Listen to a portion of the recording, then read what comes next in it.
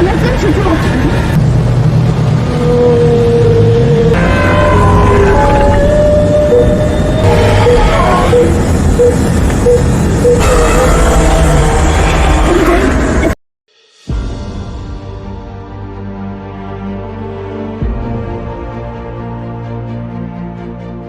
！Film dibuka dengan memperlihatkan planet Mars pada tahun 2042, di mana manusia sedang berusaha mencari planet lain untuk dihuni karena kondisi bumi yang semakin rusak. Sebuah misi bernama Aliansi Program Migrasi Planet Mars. Dalam misi ini, 4 ilmuwan hebat dikirim ke planet Mars untuk meneliti beberapa zat yang ada di sana, untuk melihat apakah lingkungan Mars cocok untuk kehidupan manusia atau tidak. Mereka juga melakukan eksperimen dengan berbagai zat yang ditemukan di Mars, lalu mencampurkannya dengan zat yang mereka bawa dari bumi. Salah seorang ilmuwan bernama Feng Weiyi yang saat ini sedang ditugaskan untuk mengambil sampel bebatuan di sekitar markas utama. Saat Feng Weiyi sudah mengambil sampel, ia menyadari bahwa ada sesuatu yang tidak beres dengan langit Mars. Blue-green algae analysis. It's great news that Mars is going. Di sisi lain, kita diperlihatkan 3 ilmuwan lainnya yang sedang menunggu sampel dari Feng Weiyi, yaitu Richard Bolton, seorang ilmuwan yang suka bereksperimen dengan menyilangkan berbagai macam makhluk hidup. Dalam misi ini, 2 orang lainnya adalah Anna dan Thomas. Ternyata, Richard sedang menyilangkan bunglon Parson dengan kadal naga, dan eksperimen itu berhasil serta sudah melewati tahap pertama. I survived the first phase. Hey. Kembali ke Feng Weiyi yang saat itu berusaha kabur dari bahaya serangan asteroid yang menghantam permukaan Mars. Sementara itu, salah satu asteroid besar menghantam bagian dari markas utama. Ledakan besar pun terjadi, membuat para ilmuwan terhempas, tetapi ternyata mereka bertiga masih selamat. Karena panik, Richard tanpa sengaja meninggalkan bunglon hasil mutasi yang baru saja ia pegang tadi. Sementara itu, Feng Weiyi yang masih dalam perjalanan sempat menghadapi momen menegangkan karena banyaknya meteor yang menjadi rintangan besar dalam perjalanannya menuju markas utama. Kemudian Feng Weiyi mendapat kabar dari ketiga temannya bahwa kerusakan markas utama sangat fatal dan tidak bisa diperbaiki. Maka dari itu, mereka harus segera evakuasi dan meninggalkan planet Mars secepat mungkin. Dengan waktu tersisa hanya 7 menit. Masalah lain muncul. Jatuhnya ribuan, asteroid itu memicu badai Mars yang sangat besar. Badai ini membuat jarak pandang hanya puluhan meter dan seluruh jaringan komunikasi terputus. Kekuatan badai diperkirakan mencapai 8.700 Newton. Masalahnya semakin rumit, karena roket mereka tidak cukup kuat menahan pijakan dengan terpaan badai di atas 7.000 Newton. Maka dari itu, mereka harus segera bergegas untuk menyelamatkan diri. Dr. Richard pun memutuskan untuk menunggu Feng Weiyi di tangga lepas landas. Kembali ke Feng Weiyi yang tanpa sengaja menabrak bebatuan karena jarak pandang yang sangat terbatas. Saat itu, waktu mereka hanya tersisa 2 menit sebelum roket darurat mereka tersapu badai. Lalu, kita diperlihatkan makhluk raksasa yang terbang di langit sekitar mereka. Makhluk itu mengeluarkan suara yang sangat keras hingga terdengar ke seluruh penjuru wilayah. Feng Weiyi akhirnya berhasil memberi sinyal lampu kepada Richard agar menahan roket sampai ia tiba. Namun masalah belum selesai karena baterai kendaraan Feng Weiyi tidak cukup untuk membawanya sampai ke sana. Terpaksa, ia harus berjalan kaki. Makhluk tadi kembali mendekati mereka. Richard sempat melihat wujud dari makhluk itu, yang sangat besar, diperkirakan ratusan meter panjangnya. Bentuknya seperti ikan raksasa yang diselimuti awan tebal, lengkap dengan gelombang petir di sekeliling tubuhnya.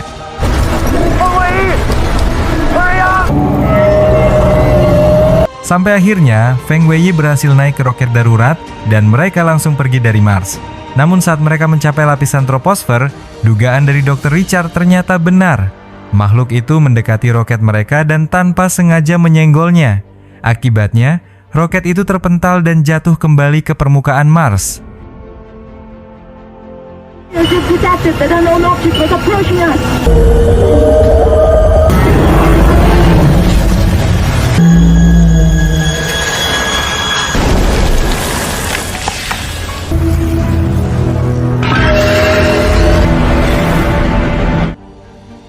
Cerita kemudian berlanjut dengan memperlihatkan pesawat Wanhu milik Tiongkok yang sedang menjalankan misi pendaratan di planet Jupiter kedua. Di dalamnya ada anak dari Feng Weiyi, yaitu Feng Tong, dan rekannya yang bernama Li Xiang. Saat itu mereka sudah hampir melintasi planet Mars. Feng Tong pun mengingat terakhir kalinya saat sang ayah meninggalkannya demi menjalankan misi ke planet Mars.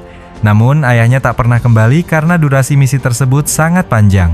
Hingga akhirnya Feng Tong pun memutuskan untuk menjadi astronot, mengikuti jejak sang ayah. Di sisi lain, Feng Weiyi ternyata berhasil selamat dari kecelakaan pesawat sebelumnya dan memutuskan untuk kembali ke markas pusat demi mentransfer beberapa data. Namun tak lama setelah itu, ia dikejutkan oleh sesosok makhluk misterius yang tiba-tiba menyerangnya.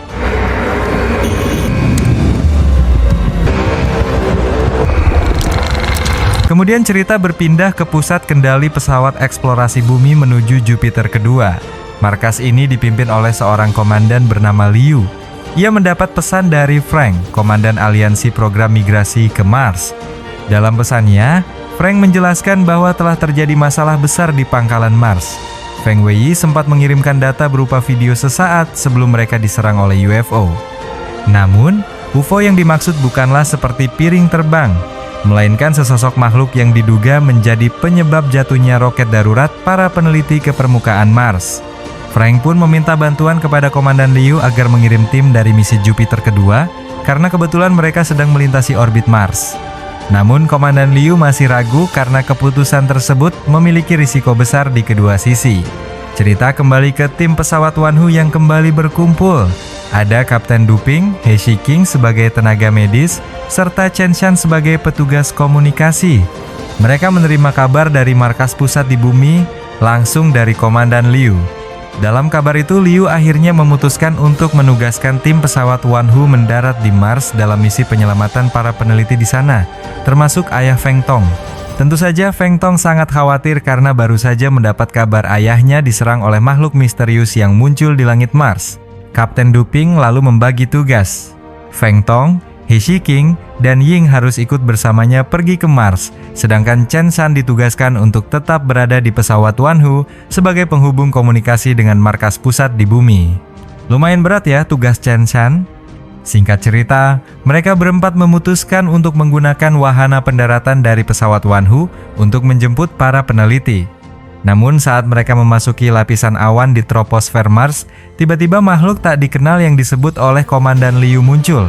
Itulah si paus radioaktif yang terbang di langit Mars.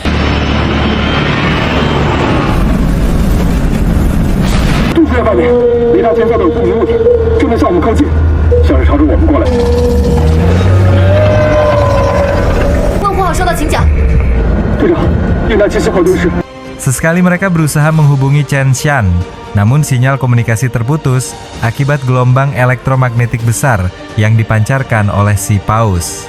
Akhirnya, mereka harus berimprovisasi untuk bisa lari dari kejaran makhluk tersebut.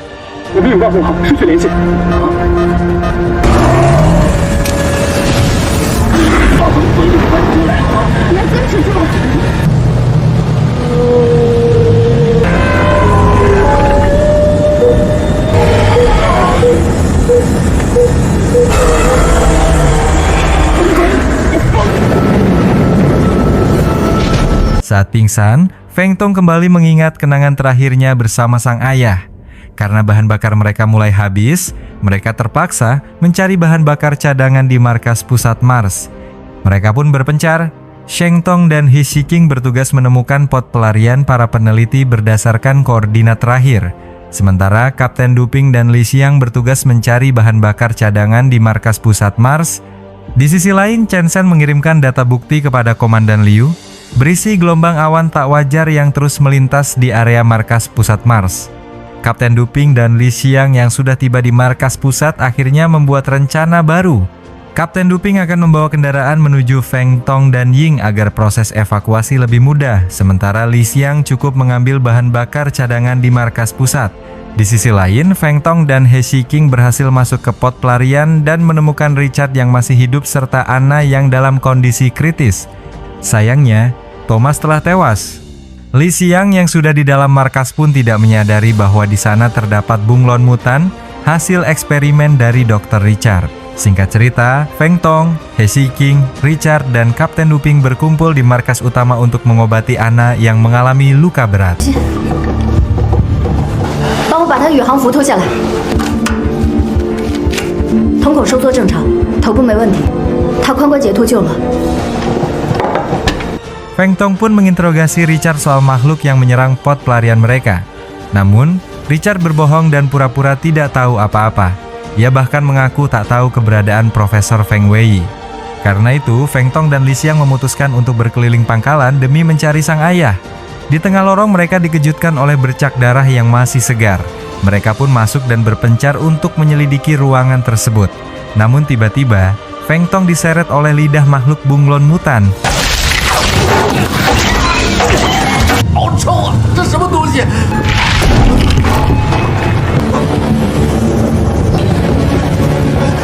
别过来！冯教授，醒醒！冯教授。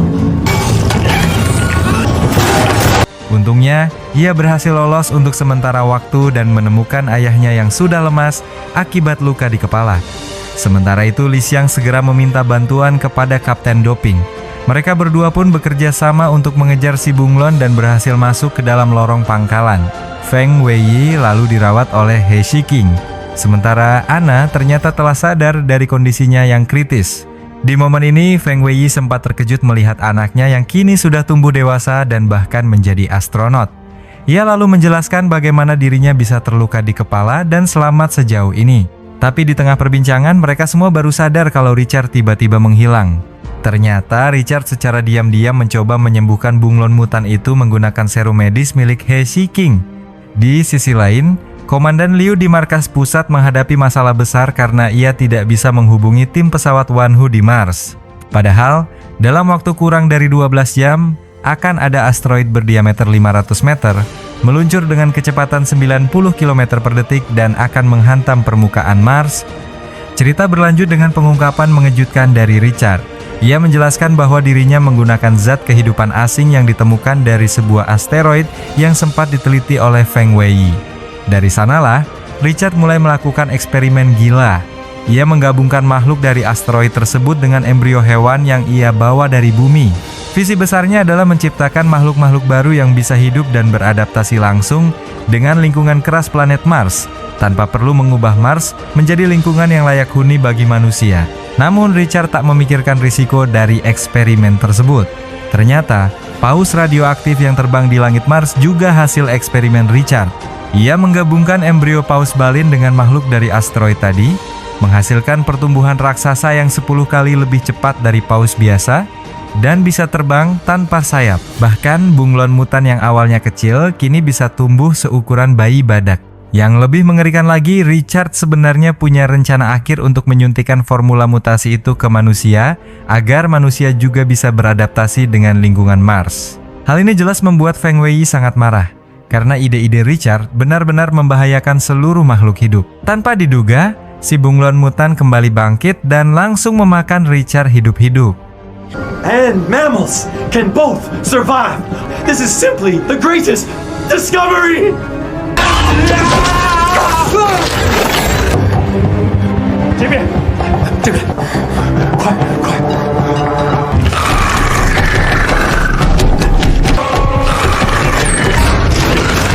Setelah berhasil mengurung si bunglon, tim menjadi bingung. Mereka tidak bisa membiarkan bunglon itu hidup dan tertinggal begitu saja.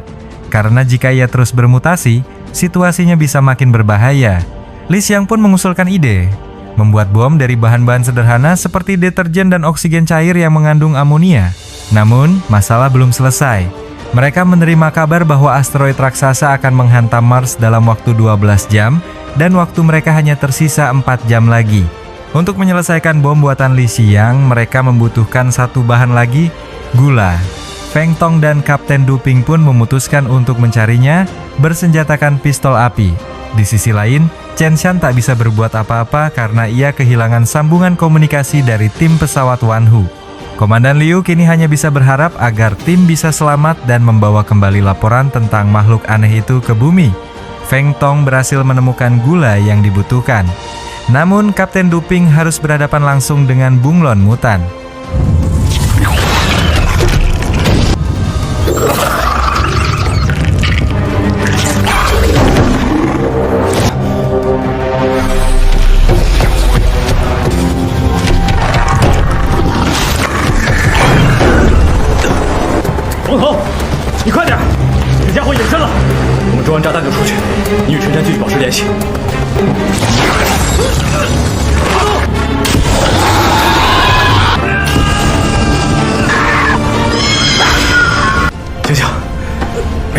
Setelah bahan bom selesai dirakit, mereka mendapat masalah baru. Kabel pemicu peledakan otomatis rusak. Dalam situasi genting itu, Kapten Duping mengambil keputusan berani. Ia menyuruh Feng Tong masuk ke lorong dan mengunci pintu dari luar. Ia lalu mengorbankan dirinya untuk mengaktifkan bom secara manual agar bunglon benar-benar musnah. Sebelum meledakkan bom, Kapten Duping menyerahkan tanggung jawab kepemimpinan kepada Feng Tong. Ia tahu bahwa kondisinya sudah sangat kritis karena masalah jantung. Bahkan sejak awal pendaratan, Duping sengaja mematikan mesin karena tahu tubuhnya tak akan kuat menghadapi tekanan saat pendaratan darurat. Dan benar, Duping pun berkorban demi keselamatan seluruh anggota tim.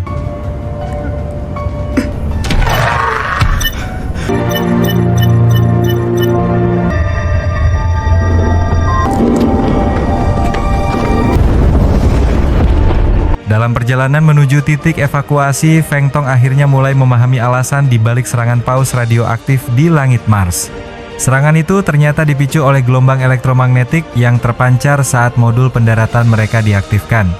Gelombang tersebut ditangkap oleh sistem sonar si paus, yang kemudian menganggap pod pelarian itu sebagai ancaman atau mangsa. Karena itulah mereka diserang. Sesampainya di pod pelarian, Feng Wei memberikan sebuah batu kecil. Batu pertama yang ia ambil saat pertama kali menginjakan kaki di permukaan Mars. Ia juga menyampaikan beberapa nasihat sekaligus pesan untuk anaknya, Feng Tong. Dengan nada lembut dan penuh harapan, Feng Wei berjanji bahwa jika mereka berhasil pulang ke bumi, mereka akan berkumpul kembali sebagai keluarga dan merayakan malam tahun baru bersama. 你不要有我的遗憾，将来你可以陪着你自己的孩子，我是看不到那一天了。希望这次。 Ketika sistem komunikasi kembali aktif, mereka akhirnya bisa terhubung dengan Chen San di pesawat Wanhu. Tapi waktu mereka sangat mepet, hanya tersisa 15 menit sebelum asteroid raksasa menghantam Mars. Setelah dihitung, ternyata mereka hanya butuh 7 menit untuk mencapai Wanhu. Masalahnya bukan pada waktu, melainkan bagaimana mereka bisa lolos dari terkaman paus radioaktif yang masih mengintai. Feng Wei kemudian mengusulkan rencana menggunakan bahan bakar cadangan untuk memancing si paus menjauh dari jalur pelarian mereka. Namun tiba-tiba, data penelitian penting milik Feng Wei diketahui tertinggal di pangkalan. Tim pun panik, tapi tak lama kemudian mereka sadar Feng Wei berbohong. Data itu sebenarnya sudah ada bersama mereka di dalam pod. Feng Wei sengaja pergi menggunakan pod pelarian milik tim peneliti sendirian untuk memancing si paus radioaktif menjauh. Ia tahu risikonya. Ia tahu ini artinya ia harus mengingkari janjinya sendiri kepada Feng Tong. Tapi bagi Feng Wei, keselamatan putranya lebih penting daripada hidupnya sendiri.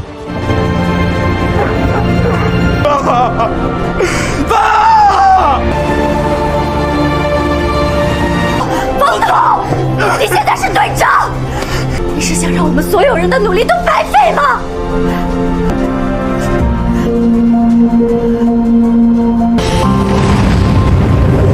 Sebelum akhirnya potnya diterkam oleh paus, Feng Wei sempat merekam pesan terakhirnya. 而我偏偏选择了为大家做事，有一个安全的、可靠的生存。你不要有我的遗憾。 Dalam pesan itu, ia menitipkan harapan agar misi ini berhasil dan agar manusia suatu hari bisa belajar dari semua kesalahan di Mars. Singkat cerita, tim pesawat Wanhu akhirnya berhasil kembali ke orbit dan meluncur menjauh dari planet Mars. Hanya beberapa detik setelah itu, asteroid raksasa jatuh menghantam permukaan Mars, menghapus seluruh jejak pangkalan, eksperimen, dan makhluk-makhluk mutan ciptaan Richard. Kapten Duping dan Feng Wei dikonfirmasi gugur dalam misi ini. Tapi pengorbanan mereka tidak sia-sia, mereka disambut sebagai pahlawan oleh semua orang di markas pusat bumi. Komandan Liu bahkan memberikan penghormatan terakhir secara langsung kepada mereka berdua.